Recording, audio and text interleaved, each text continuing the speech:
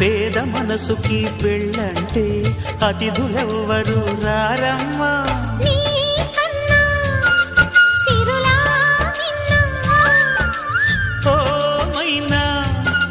మన మనువును మెచ్చిన మనసులు పెట్టిన సుముహూర్తం ఇది.